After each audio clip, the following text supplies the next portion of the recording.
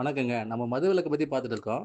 இது வந்து சனி, ஞாயிறு மட்டும் கடை ஓப்பன் பண்ணோம். மத்த நாள்லாம் கடை மூடிட்டு இருக்குன்னு சொல்லிட்டு சொல்லியிருந்தோம். ஸோ, இத அப்படியே படிப்படியா குறைக்கலாங்க. அதுக்கப்புறம் வந்து 10 கிலோமீட்டருக்கு ஒரு கடை இருக்கணும். அது அப்படி அப்படியே கொஞ்சம் கொஞ்சமா குறைச்சு 20 கிலோமீட்டருக்கு ஒரு கடை அப்படின்னு சொல்லிட்டு கொஞ்சம் கொஞ்சமா ஒவ்வொரு கடையா குறைக்கலாங்க. அது வந்து ஒரு சிலர் வந்து அவாய்ட் பண்ணுவாங்க. இவ்வளோ தொலைவு போய் நம்ம வேலைக்கு போயிட்டு வந்து இவ்வளோ தொலைவு போயிட்டு வந்து குடிக்கணுமா? வாங்கி அங்க போய் வரதுக்குள்ள லேட் ஆயிடுமே! நம்மளால கஷ்டமா இருக்குன்னு சொல்லிட்டு ஒவ்வொருத்தரும் அவாய்ட் பண்ணுவாங்க. இத அப்படியே படிப்படியா குறைக்கலாங்க.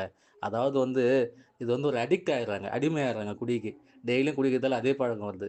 அதே அவங்க கொஞ்சம் கொஞ்சமா நிறுத்துனாங்கன்னா, கண்டிப்பா அது மாறிடுவாங்க. போக போக எல்லாமே மாறிடுவாங்க. ஓரளவுக்கு மது மது வந்து நம்ம ஓரளவு குறைச்சிடலாம்.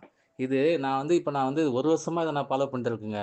இதுபோல வந்து கல்வித்துறை, மருத்துவத்துறை, அதுக்கப்புறம் உணவுத்துறை, போக்குவரத்து துறை, நீர்வளத்துறைன்னு சொல்லிட்டு ஒரு 10 துறைகள் இருக்கு. நம்ம இப்ப நீர்வளத்துறை வரைக்கும் பார்த்துருக்கோம். மீதெல்லாம் பார்க்கல. ஸோ எல்லாத்தையும் எப்படி நம்ப வந்து அரசு அரசு துறையா மாத்தி, அதில எப்படி எல்லாருக்கும் சம்பளத்த தர முடியும் அப்படின்னு சொல்லிட்டு நீங்க எல்லாரும் கேள்வி கேட்கலாம்.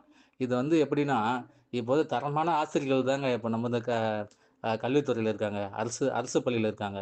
அவங்க வந்து எல்லாமே எல்லாமே படிச்சவங்க, எல்லாமே தெரிஞ்சவங்க. இத வந்து சிறப்பா கொண்டு போலாம். இது தனியார் துறையெல்லாம் இப்ப எடுத்துட்டு நிறுத்திட்டு, அரசு துறையா அரசு கல்வியா மாத்துங்க. கல்வித்துறையெல்லாம் அரசு அரசு பள்ளிக்கூடமா மாத்துங்க. அரசு மருத்துவமனையா மாத்துங்க. அரசு உணவுக்கூடங்களா மாத்துங்க. அரசு போக்குவரத்து துறையா மாத்துங்க. எதுவுமே தனியார் இருக்கக்கூடாதுங்க. இப்ப தனியார் ஸ்கூல்ல வந்து லட்ச லட்சமா வந்து கட்டணம் வாங்குறாங்கல்ல. அத நீங்க பாதி வாங்குங்க. பாதி வாங்குனா நமக்கு வந்து எல்லாமே நமக்கு வந்து எல்லாருமே கட்டி தாங்க ஸ்கூல் சேர்ப்பாங்க. அது எப்படி தனியார் ஸ்கூல் தான் போய் சேர்ப்பாங்களா? இங்க கவர்மெண்ட் ஸ்கூல்ல எல்லாம் சேர்ப்பாங்க. அது இல்லன்னா இங்க வந்து சேர போறாங்க. எப்படி நீங்க டாஸ்மாக் வந்து பிரைவேட்லாம் ஒழிச்சுட்டு கவர்மெண்ட் உருவாக்குனீங்களோ, அதுபோல இத உருவாக்குங்க. அது கெடுதலுங்க அது. குடிச்சு குடிக்கிறது கெடுதல். அதே நீங்க அரசா மாத்தும்போது, இது மக்களுடைய அத்தியாவசிய தேவைங்க. இது மூலியமா ஒரு தொகுதிக்கு இப்போ 234 தொகுதிங்க. ஒரு தொகுதிக்கு 5,00,000 பேர்ன்னா வச்சுக்கங்களேன். 11,00,00,000 பேர் வருது கணக்கு தமிழ்நாட்டுல மொத்தம். அந்த 5,00,000 பேருக்கு வந்து ஒரு 2,00,000 குடும்பங்கள் இருப்பாங்க ஒரு தொகுதியில.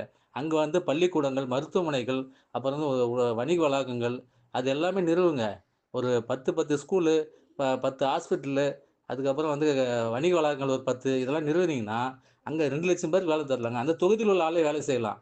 அந்த தொகுதிய விட்டு அவங்க எங்கேயும் போமாட்டாங்க. ஒரு குடும்பத்தில 2 பேர் கண்டிப்பா வேலை தரலாங்க. அவங்க தகுதிக்கு ஏற்ப. இது இப்படி வேலைவாய்ப்பு குடுத்தீங்கன்னா, அவங்களுக்கும் வந்து எந்த பிரச்சனைக்கும் அவங்க போமாட்டாங்க. அவங்க வேலைய உண்டு, அவங்க குடும்பம்னு பார்ப்பாங்க. அவங்களுக்கு ஒரு குடும்பம், அவங்க ஒரு வீடு, எல்லா கனவும் நிறைவேறுங்க.